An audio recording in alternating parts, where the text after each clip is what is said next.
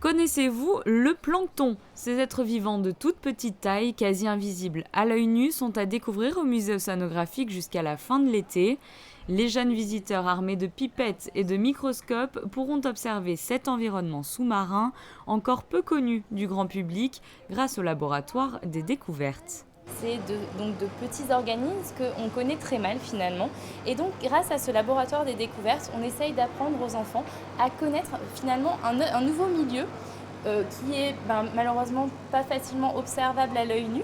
Et donc grâce à cet atelier, nous proposons aux enfants d'observer au microscope ces petits organismes planctoniques.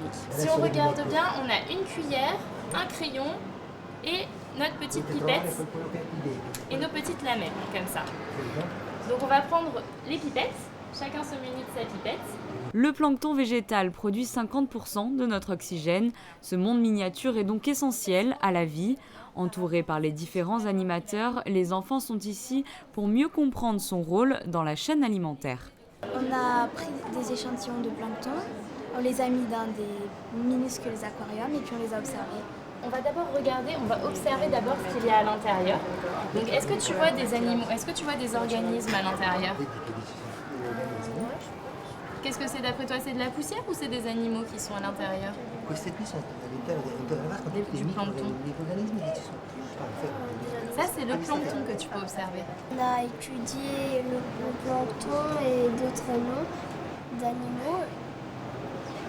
Et on a aussi regardé des bébés crabes, des bébés crevettes.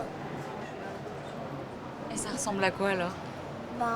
On voit pas très bien, mais c'est des petits points transparents un peu, mais on voit leur ombre. C'est ce que tu...